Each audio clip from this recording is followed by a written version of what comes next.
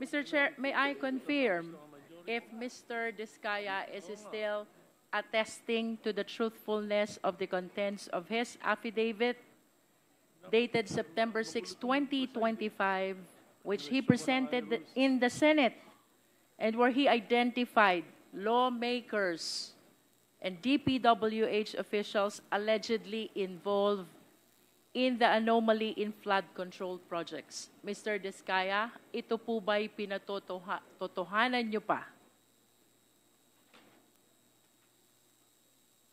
Yes po, Your Honor. Yung nakasulat po dito lahat. Your narration of facts in your affidavit involves billions of pesos. Mr. Diskaya, significantly, under the law, if it is 50 million and below, the case is violation of Anti-Graft and Corrupt Practices Act. But if the case is more than 50 million, it constitutes violation of anti-plunder law. I want you to realize violation of anti-plunder law is punishable by life imprisonment and it is a no-bail offense. Which means if information will be filed by the Sandigan against you and your other co-accused during the entire period of hearing, kayo pong mag-asawa and the rest of the co-accused ay makukulong at mapapahiwalay sa inyong mga anak. Do you realize that? Your Honor, ano po, lahat po ng project po namin ay nakuha po namin sa public bidding. Mr. Chair, can we please direct the resource person to be responsive to the question? Please be responsive, Mr. Diskaya. Your Honor, lahat po ng project namin ay nakuha po namin sa public bidding. Mr. Chair, for the guidance of the resource person, I will repeat the question. Earlier, ang sabi po ni Mr. Diskaya, to this time ay pinatototohanan pa rin niya ang nilalaman ng kanyang sinumpaang salaysay. And I wish to remind him that that sinumpaang salaysay constitute an offense we call violation of anti-plunder law. Plunder, to distinguish the same from Anti-Graft and Corrupt Practices Act, Mr. Diskaya, is punishable by capital punishment, is a capital offense, punishable by life imprisonment, and is a no-bail offense. Which means, kung ang kaso po'y may isasampalaban sa inyong mag-asawa, kasama ang inyong mga co-accused, the entire period of hearing, kayo po'y nakakulong at mapapahiwalay po sa inyong mga anak. Yun po ba'y nare-realize nyo when you executed this sinumpaang salaysay? Mr. Diskaya? Your Honor, tatanungin ko lang po ang legal counsel ko. Mr. Chair, I don't understand that it seems that the resource person executed an affidavit without realizing the implications of the contents. Please respond, Mr. Diskaya.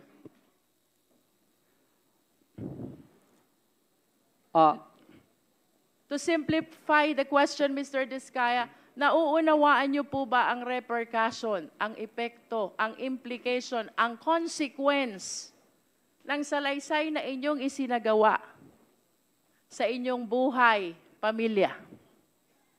Yes, Your Honor. Do you understand as well that in this affidavit, Mr. Diskaya, kayo po'y umamin na? Do you understand that? You already made an admission about the commission of the case of plunder with your affidavit. No, Your Honor. But you were the one narrating. Kasi, Your Honor, ano po ito, pinilit lang po kami, Your Honor. Pinilit lang po. That is for you to prove. But in as far as this committee is concerned, including the members, when we go over your sinumpaang salaysay, to me it appears you are admitting already to the case of plunder. And the worst thing, Mr. Diskaya, among the lawmakers and the DPWH officials whom you identified, all of them denied.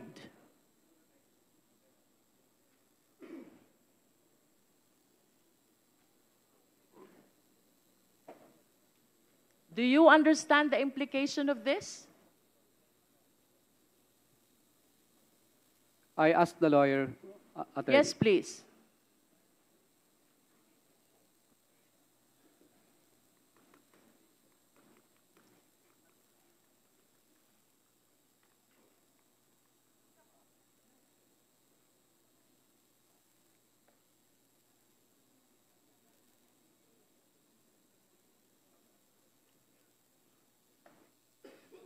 Your Honor, yes po. You understand. Okay. So, Sorry, before proceeding, Congresswoman Luistro, ano yung context na sinabi niyong pinilit lang po kayo? Nandito po sa aking salaysay na ayaw po naming magbigay. Okay, alright. Naintindihan ko na. Kaya lang po. Hindi ho kayo pinilit isulat itong affidavit? Hindi po. Okay, alright. Thank you. okay, so, naiintindihan mo ang implication consequences ng affidavit mo. Hindi ka ba natatakot makulong?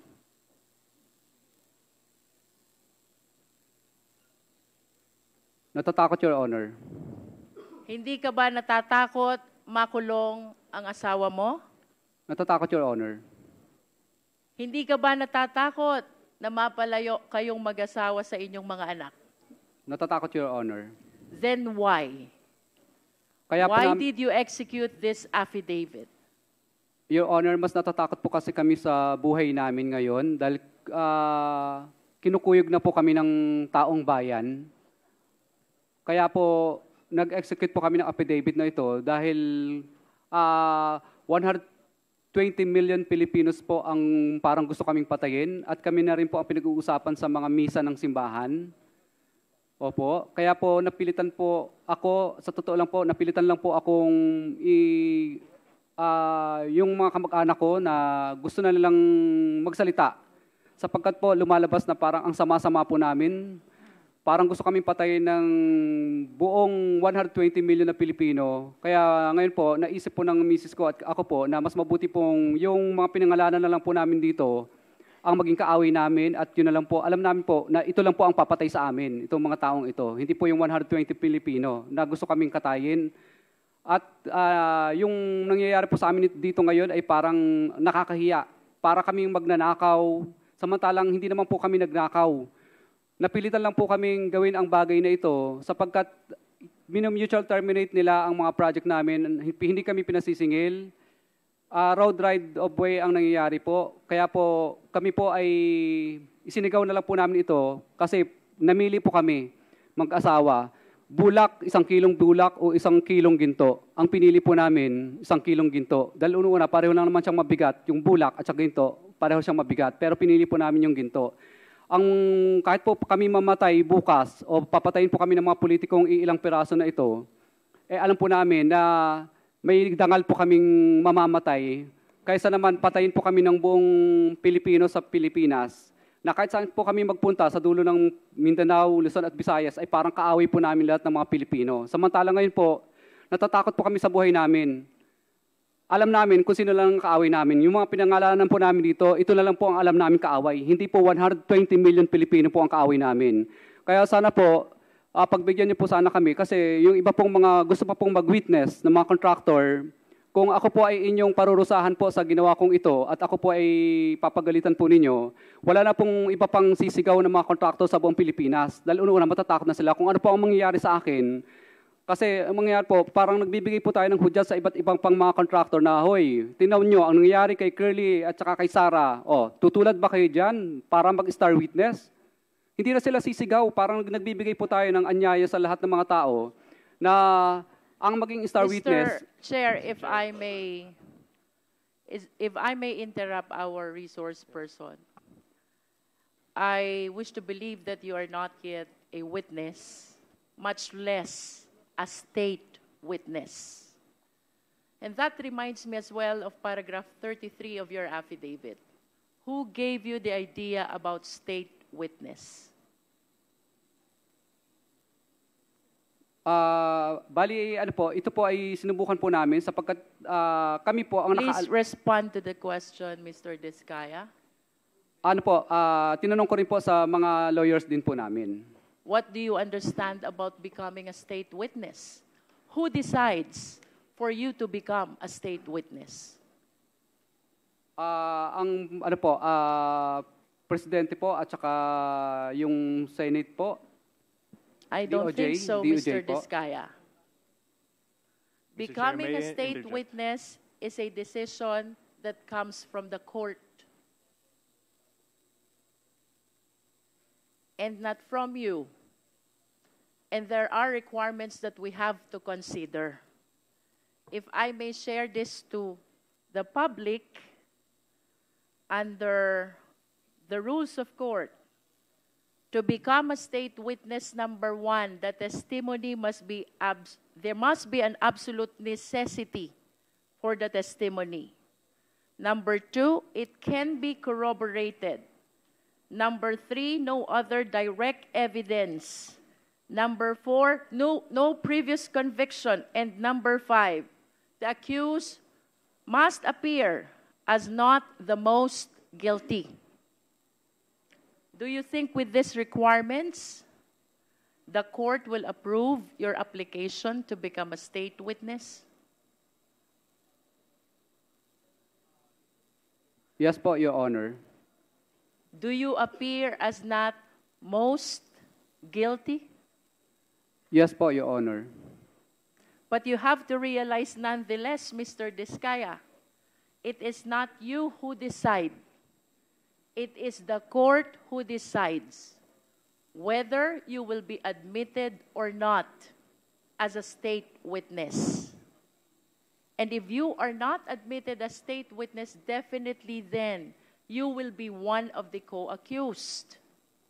And with your admission that you made already in the Senate and before this committee, I think the offense of plunder is already established. That is why I wish to go back to the question. What made you decide to execute this affidavit, considering the very complicated consequences of your admission?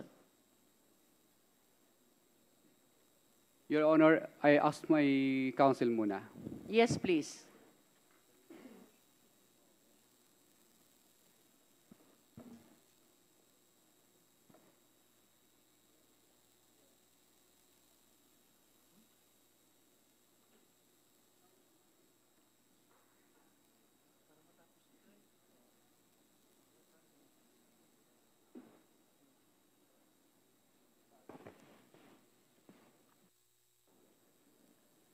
Your Honor, nasabi ko na po yung mensahe ng sinabi ko po kanina. So it's because mas pinipili mo na makulong kesa sa magalit at mapatay ka ng mga taong nagagalit sa'yo. Do you confirm that, Mr. Diskaya? Yes po, Your Honor. Okay. I wish to invite your attention to paragraph 9 of your affidavit. Mr. Diskaya, sabi mo dito, nagkaroon ng kaunting tagumpay. Kaunting tagumpay ang St. Gerard Construction, kaya minabuti naming mag-asawa na mag-expand at bumuo ng iba pang kumpanya. Can you please enlighten us, what is kaunting tagumpay to you? Your Honor, naging umunlad po yung aming kampanya, kaya po nagtayo po ang misis ko ng sarili niyang korporasyon. Can we please convert this into quantitative terms? Magkano po ba yung kaunting tagumpay na kinita ng St. Gerard which prompted you to incorporate additional corporations? Your Honor, wala po akong data sa ngayon, Your Honor, pero bigyan niyo po ako ng pagkakataon para po, But at least give us an idea. Is this millions or billions?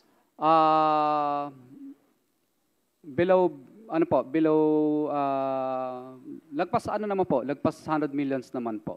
Lampas ng 100 million. Pero hindi lampas ng 1 billion. Your Honor, ano po ba yan? Revenue po o yung net profit? Revenue. Pag revenue po, billions po. Billions. How many billions? 1 billion more po, Your Honor. And 1 billion is kaunting tagumpay to you? Kasi, Your Honor, ano po yan? Revenue siya, hindi siya net profit. Nonetheless, 1 billion is a very huge amount. And you consider that as konting tagumpay? Yes or no? Your Honor, ano po ito? Parang terminology lang po itong salita na ito. I wish to invite your attention as well to paragraph 13. Ang sabi mo naman dito, hindi namin ginusto kailanman na mapasama sa ganitong sistema. Pero kailangan naming magpatuloy para sa pamilya at mga empleyado. Can you expound on this? Your Honor, ayaw naman po talaga namin mapasama sa ganitong klase ng sistema. Pero siyempre po, napipilitan lang po kaming magbigay sapagkat hindi po matutuloy ang project pag hindi po kami nagbigay. When you say napipilitan lang po kaming magbigay at hindi matutuloy ang project kapag hindi nagbigay, you are referring to the DPWH officials and some lawmakers you identified in your affidavit, yes or no? Yes, Your Honor. I see. So you want us to believe na kung wala itong mga taong pinangalanan mo, ay hindi ka magkakaroon ng mga kontrata mula sa DPWH. Is that what you wanted to say? No, Your Honor. Kasi sumasali po kami sa mga public bidding. Pag na-award na po yung project at saka nagkaroon ng notice to proceed, doon na po kami hinihingan. Hindi po ma-implement ang project or matatapos kung hindi po kami magbibigay. Yes, but you stated in your affidavit na pilitan ka lang. Yes, Your Honor, kasi hindi po namin gusto na magbigay. Hindi mo gustong magbigay, pero napipilitan kang magbigay sa mga pinangalanan mo dahil hindi ka magkakaroon ng hanap buhay. Tama o mali? Your Honor, kailangan po, Your Honor, kasi kung hindi po, Please do not change the context of your affidavit. We are educated people here. Mr. Diskaya, I just want it to come from you. Sabi mo, napilitan ka lang. What does that mean? Hindi mo gusto ang ginagawa mo, pero napilitan kang magbigay to be able to get a contract and have them implemented after the award. Tama o mali? Your Honor, hindi po. Awarded na po sa amin ng project. May notice to proceed na po. Pero, Okay, let me correct. Awarded ng project, napilitan kang magbigay, pero dahil kung hindi ka magbibigay, ika-cancel ang project. yes, Your Honor, or right of way problem o di kaya mutual termination po ang mangyayari. So, it means mawawala yung hanap buhay mo kung hindi ka magsasubmit dun sa system na sinasabi mo. Tama o mali? Hindi po matatapos ang project. Hindi po maumpisahan. Maka-cancel po. So that's precisely the point. Yun yung gusto mong sabihin sa affidavit mo. Napilitan ka lang mag-submit dun sa kanila, mga taong pinangalanan mo, dahil hindi ka makakaumpisa o makakatapos ng project. Did I say it right? Yes, Your Honor. All right. So would you agree with me if I would say that per your experience, kung walang DPWH officials at kung walang mga lawmakers na binanggit mo sa affidavit, walang hanap buhay etong mga construction company mo? Mas maganda po ang buhay. Ibig sabihin po, mas makakapaghanap buhay po kami. Pag I wala see. pong ganun. Opo. Kasi public bidding po ang mangyayari lagi. No. Please listen to the question. Ang sabi mo sa affidavit mo, napipilitan ka lang.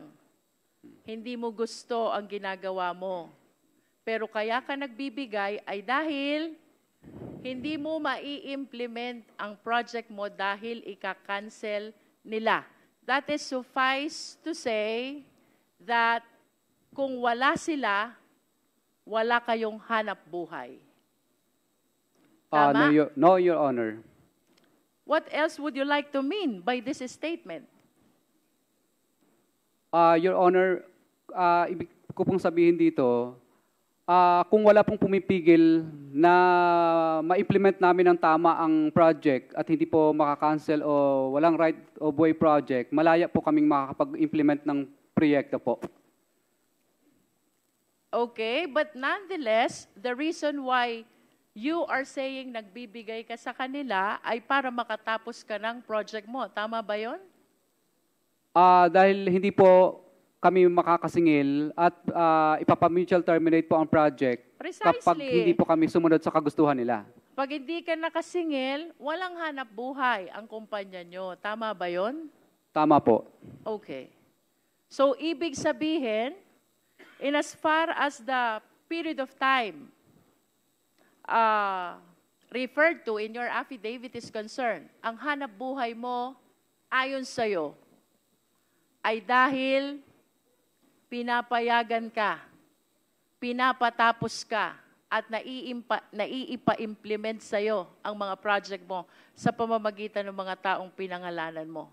Correct? Your Honor, paulit nga po ulit ang tanong mo. May I be clarified first? Ano ho bang period of time or taon ang tinutukoy nyo when you executed this affidavit?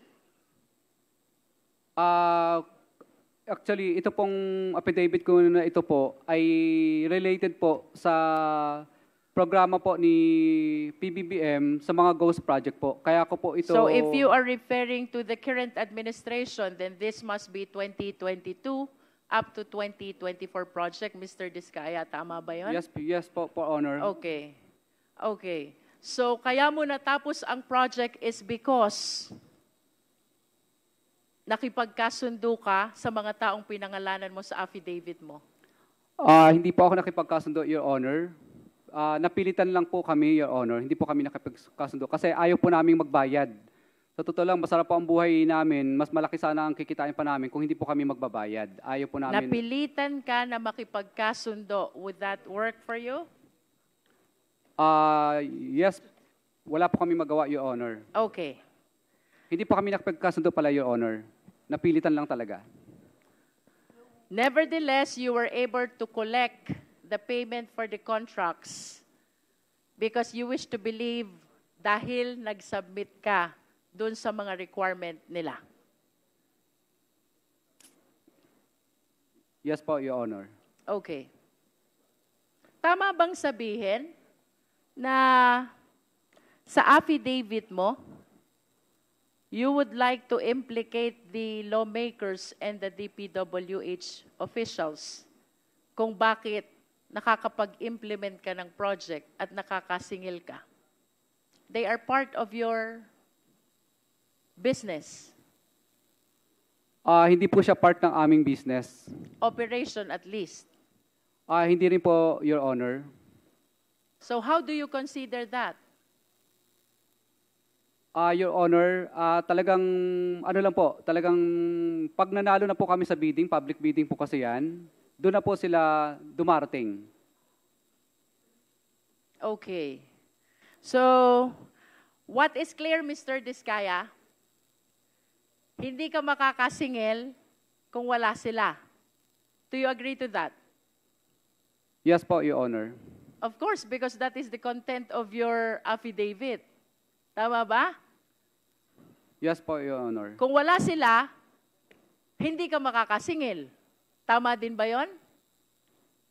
Yes po, Your Honor. Binaligtad lang natin yon, ha? Ibig sabihin, para makasingil ka, dapat nandiyan sila. Tama?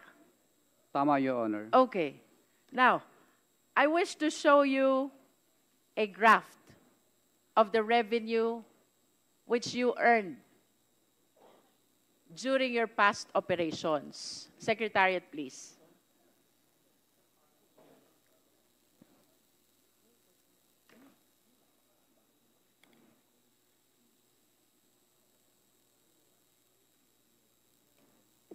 There. Sabi mo, yung affidavit mo pertains to the current administration. So that is the second half of 2022 until 2023, at least for those that are shown in the graph. But if you will notice, Mr. Diskaya, yung revenue mo nag-spike 2017, 2018, 2019, 2020, 2021, and even the first half of 2022.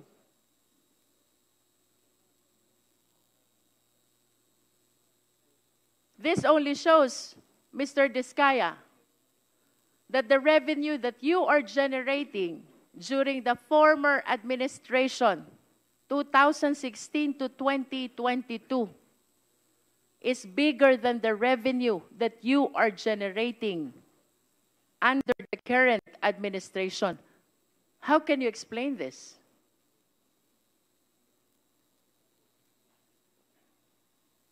Your Honor, wala naman pong nanghihingi sa amin, kaya mapapansin niyo po, ang nakalista lang po dito ay during ano lang po, during, ito lang po, sa 2022 lang po, dahil ang naging topic lang naman po dito is about sa unprogrammed flood control projects po. Kaya related lang po ito sa mga unprogrammed na po, na related projects lang po. Can you repeat your answer, Mr. Diskaya? During the previous administration?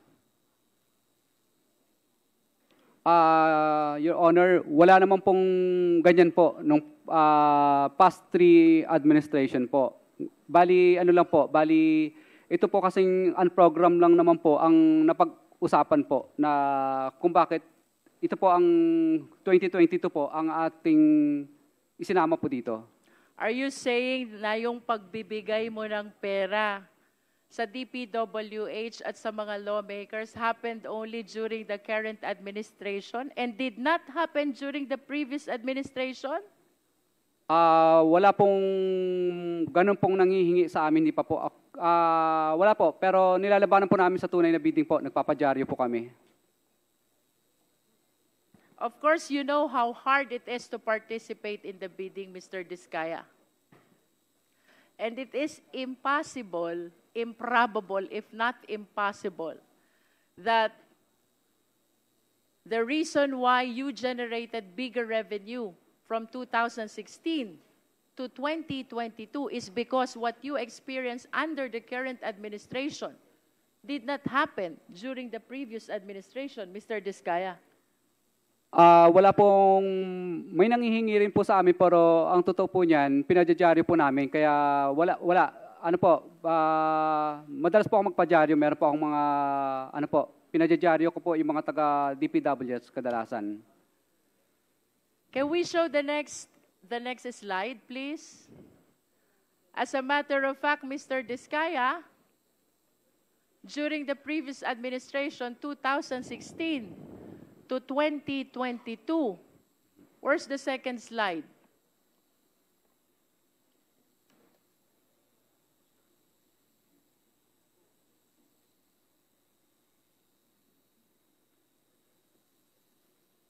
There. It shows that you are the top 1 contractor from July 2016 to December 2017. That's 1.5 years. The total value of awarded contracts is 12 billion. Please explain to me. Your Honor, nirespeto ko po yung report po na ni PCIJ po. Alam ko po nanggaling po sa PCIJ yan. Pero hindi po yan po ang nakadeclare sa amin pong financial statement po at saka yung mga nag-ongoing. At karamihan nga po dyan is mga na-terminate po na project. Isinama lang po nila sa listahan pero ang dami po dyan mga na-mutual terminate po na project. If that is not correct, then how much is the amount of the awarded contract to St. Gerard? Hindi po ako sigurado pero titingnan ko po, bigyan niyo po ng time para sa data po niya. At least can you give us an estimate? Is that 10B or 8B? Parang naglalaro lang po yun sa wala pang 3 billion po kasi ang dami pong na-mutual terminate na mga project. Mutually terminated contract. What do you mean by mutually terminated contract? Marami pong minsan yung iba po may mga right of way problem kadalasan. Mr. Diskaya, how can you explain to me that under the current administration, may nanghihingi? Otherwise, hindi ka patutuloyin sa kontrata. But under the previous administration, walang nanghihingi. Your Honor, meron din naman pong nanghihingi, pero takot sila pag napapadyaryo po sila. Katunayan po, yung mga taga-DPWs na yun, pag dumarating na po ang St. Gerard Construction, ang tawag nila sa amin, pasaway. Sinasabihan ko sila, pasaway ba ang sumunod sa RA 9184? Ano ba ang ibig sabihin sa inyo ng pasaway? Yung sumunod sa batas o yung hindi sumunod sa batas? Kaya pinadyaryo po namin sila. Bakit hindi ka ba nagpapadyaryo under the current administration? Nagpadyaryo din po ako nung kay Secretary Bonoan. Papakuha ko lang po yung aking mga dyaryo. And may we know also sino ba yung mga ipinadyaryo mo during the last administration? Iba't ibang mga district po dito sa Pilipinas, saka Like mga how region many po. of them? Mga district engineer ba yan? Mga regional director ba yan? Can you please name names? Siyempre, pag nagpadyaryo ka, that is something which is very memorable to you. Opo. Yung iba po dito po sa DPWH, Cebu. Yung iba Sino? yung iba po sa Region 4A. Who? Opo, hindi po, mga bids and award committee lang po ang pinadyaryo. Bids and Awards Committee. Sino doon? Can you please name names? Hindi po ang ginagawa ko lang po, binabanggit ko lang po yung pangalan ng distrito na yon, pero hindi ko po binabanggit yung pangalan ng Bids and Award Committee na nag-disqualified sa amin, kundi buong district po ang pinapangalanan ko. Can you please walk us through? Sige nga, kwento mo sa amin, ano yung sinasabi mong pagpapadyaryo? Mr. Chair, if What I are the contents of the if I publication? may interject, may we request for the physical copies of those tabloids na sinasabi po niyang siya po ay nagpadyaryo ng mga DPWH officials, lalo na po yung mga Bids and Awards Committees, para po malaman natin kung totoong nagsasabi po ng totoo ang ating resource person. Yes, Salamat po. Mr. Diskaya is ordered to submit copies of the publication of names in the dailies. Yes po, Your Honor. Mr. Diskaya, kindly continue explaining anong meron sa current administration compared to the past administration kung bakit, sabi mo, walang nanghihingi during the past administration. Your reason is, nagpapadyaryo ka noon. Ngayon ba, hindi ka nagpapadyaryo? Nagpapadyaryo din po, Your Honor. O balikan natin yung past. Ilang beses ka nagpadyaryo dun sa past administration? Marami din po. Sa bawat Can you please state the number? How many occasions na nagpadyaryo ka? Your Honor, marami-rami na rin po. Hindi ko na po masyadong maalala yung karamihan. Is it more than 10? More than 20? More than po, more than. More than 100? Hindi naman po. Your Honor, isasubmit ko na lang po yung mga na-recover ko But na give us an dyaryo. idea. Give us an idea. More than 20? More than 50 plus po yata yun. 50 50 plus yung naipadyaryo mo. But you were saying, ang laman ng publication mo ay just the engineering office. You do not include the name. Can you please tell us? Dahil di ba nagpo-posting naman talaga kayo? Posting and bidding, during bidding, right? That's part of the requirement Yes po, under Your Honor. procurement law. Yes po, Your Honor. Anong laman ng publication pag pinadyaryo mo sila? Nasa front cover po lahat yung... What do you say? Anong nakalagay doon? Nakalagay po doon na yung pangalan po ng DPWs niyan na kami po ay disqualified sa bidding at humingi kami ng tulong kay Secretary Mark Villar dati noon. Humingi kami ng tulong kay Secretary Mercado rin po noon at humingi rin po kami ng tulong kay Secretary Bonoan din po. Is it not really one of the consequences of participating in the bidding that you can possibly be disqualified because of some requirements? What calls for publication kung na-disqualify ka?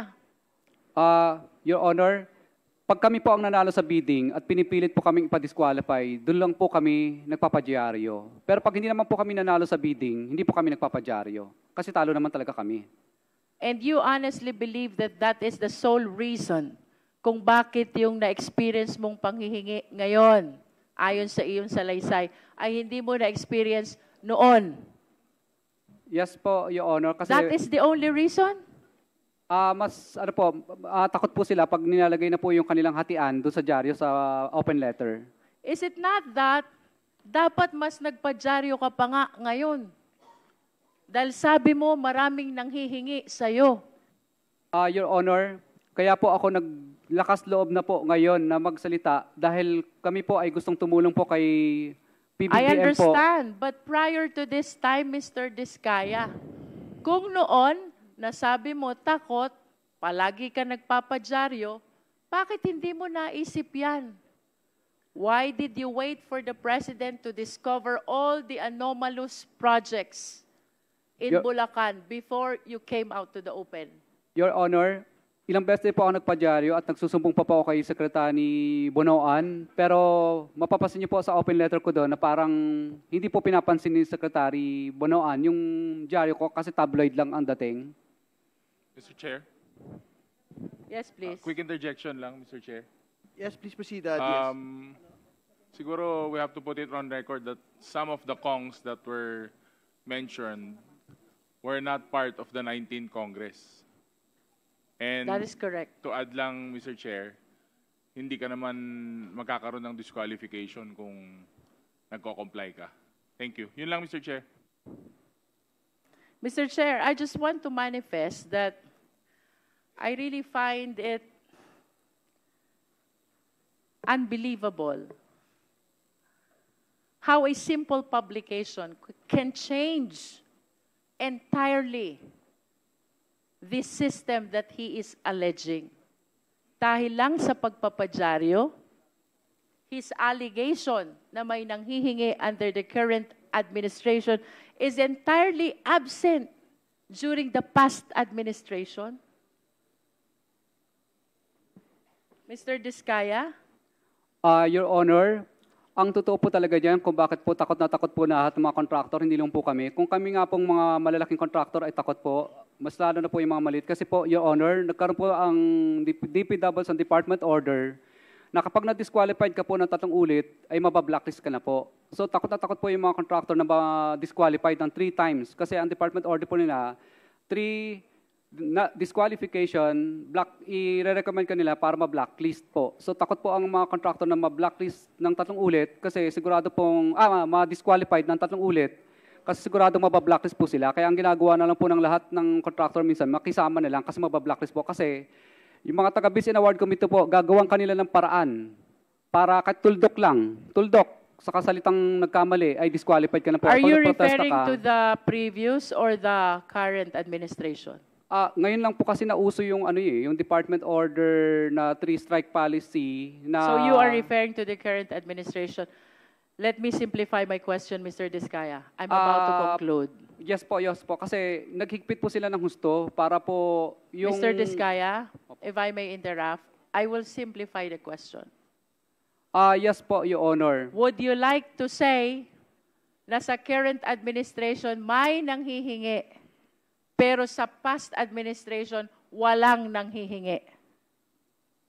Your Honor, meron din naman po na may nanghihingi po. Pero hindi ganun kahigpit po. For example po, hindi uso ang 3-strike policy po noon. Na pag naka-disqualified po ang contractor na 3 ulit, mabablacklist na. Alright. With your admission na may nanghihingi din po, question, bakit hindi mo sinama doon sa affidavit mo? Your Honor, ano po yun? Hindi naman po naging successful yun. Kaya hindi ko na po... Nonetheless, may nanghingi pa rin. It's you who admitted. May nanghihingi din po during the past. You know why I'm asking you this line of questions? Because there is a principle in the law of evidence, falsus in uno, falsus in omnibus. False in one testimony is false in all testimonies. Bakit parang nagkaroon ka ng selective amnesia, Mr. Diskaya? Would you like us to believe na may nanghihingi during the current administration tapos walang nanghihingi during the past administration? How would you even explain na during the past administration, top 1 contractor ka from PCIG data, and yet you are claiming walang nanghihingi unlike during the current administration?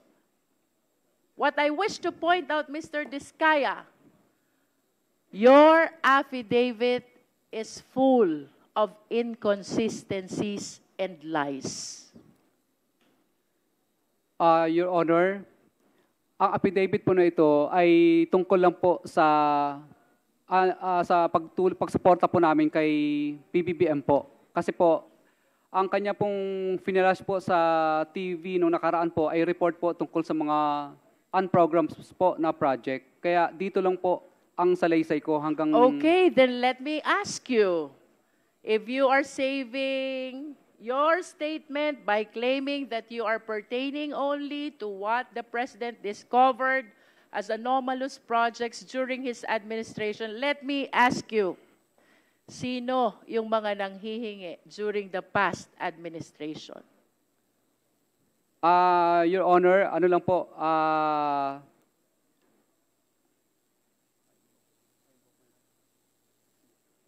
Your Honor, nung mga panahon po kasi na yun, kadalasan po, iba po, mga retired na po, mga wala na po dito sa Yes. DPWs. Kadalasan But po, can mga you taga-DPWs lang po. Can you please identify the names with the same courage that you have when you name these lawmakers and DPWH officials in your affidavit? Your Honor, for example po, si D.E. Art Pascual po dati. Kaya lang patay na po Who siya. is D.E.R. Pascual? Opo, D.E. Art Pascual. Siya po ang bago po siya namatay noon, ay pinablacklist niya po kami dahil nag-negative slippage. So siya po ang talagang tunay na nanghihingi sa amin. Huwag ka So hindi po magbanggit kami... ng pangalan ng patay na. Bakit pangalan ng patay yung binabanggit mo? Hindi makakasagot sa'yo. Oho. Yung iba po kasi sa... Ganito na lang ho kaigsi yung pasensya ng komite na ito. Bago ho tayo umabot sa punto na walang uwian. So, seryosohin po natin yung pagsagot. Hindi ho namin tatanggapin yung mga ganyan po. Nagtatanong ng pangalan ng patay. Hindi nyo na rinespeto yung tao. Your Honor, okay lang po ba yung data po, kasi wala pa sa akin yung iba pang mga Bigay data. ka bakit papel lang hinahanap? Yung laman ng utak mo hinahanap. Sino yung humingi ng pera? mula sa nagdaang gobyerno. Opo. Hindi mo kailangan ng papel para doon. Opo. Dati po sa ano po sa bandang Region 4A po noon, mga ano po, mga regional director naman po Okay, noon. magbigay ka ng pangalan. Po. Bali ano po si nakalimutan ko na yung pangalan. Magbigay Mas ka tagal ng na po. pangalan. Si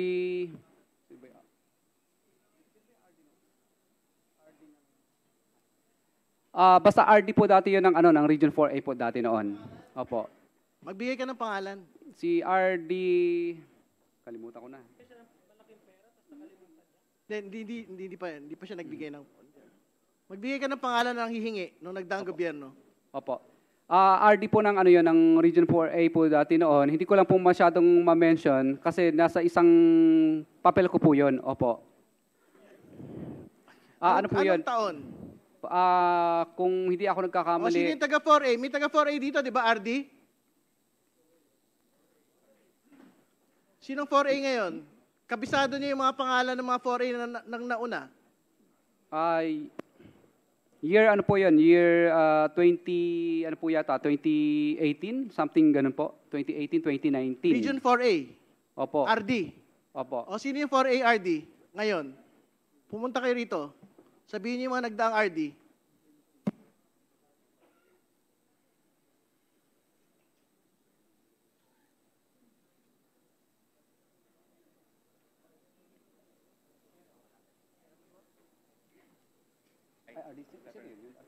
Huwag ka na kayo magkamayan. Director Samson Hebra po dati nung araw. Opo. Buhay pa ba yun? Buhay pa ba yun? Yung mga taga DPWH, buhay pa po ba yun? O sige, pakiulit yung pangalan. Director Samson Hebra po. Humihingi ng pera sa inyo. May inuutusan lang po siya na kailangan ay magbigay po at may pinakukuha. Pero hindi po kami pumayag. Magkano yung hinihingi? Ano po, bali, ano po, parang nasa ano po yata yun, parang 10%. Para kanino? Para daw sa, basta may ayaw po niya, basta taas lang. Yan lang po Ano na naman sinasabi. yung taas? Ano na naman? Baka yung taas, magtututuro ka na naman kung sino-sino. Wala po. Sino yung taas? Wala pong binanggit sa akin ng mga politiko, basta taas lang. Congressman Lucia, please proceed. Mr. Chair, I wish to wrap up, no? If we can bring back the slide. There is an admission also already from the resource person that even during the past administration ay may nanghihingi. However, it appears na he refused to disclose the names, unlike the way he did in his affidavit when he identified the alleged lawmakers and the DPWH officials. With that amount of awarded contract to Mr. Diskaya, that is 12 billion. Bagaman he is questioning the amount, no? I do not understand why a simple publication would make a difference between the previous and the current administration. If he is claiming na yung mga pinangalanan niya na mambabatas at DPWH officials ay nanghihingi, what makes the situation during the past administration different? Bakit ayaw niyang pangalanan? When in fact, during the past administration, he is the top one contractor. I wish to ask, Mr. Chair, nagkaroon ba ng selective amnesia si Mr. Diskaya? Tanda niya yung mga nanghingi sa kanya during the current administration. Pero it seems he totally forgot already about the people who might have asked for the same requirement as well during the past administration when he ranked number 1 with regards to the biggest awarded contract among the contractors in the entire country, Mr. Chair. And I wish to remind our resource person, hindi pwedeng ang pagsasabi ng katotohanan ay selective lamang. When you take your oath to tell the truth, and nothing but the truth. You have to disclose everything.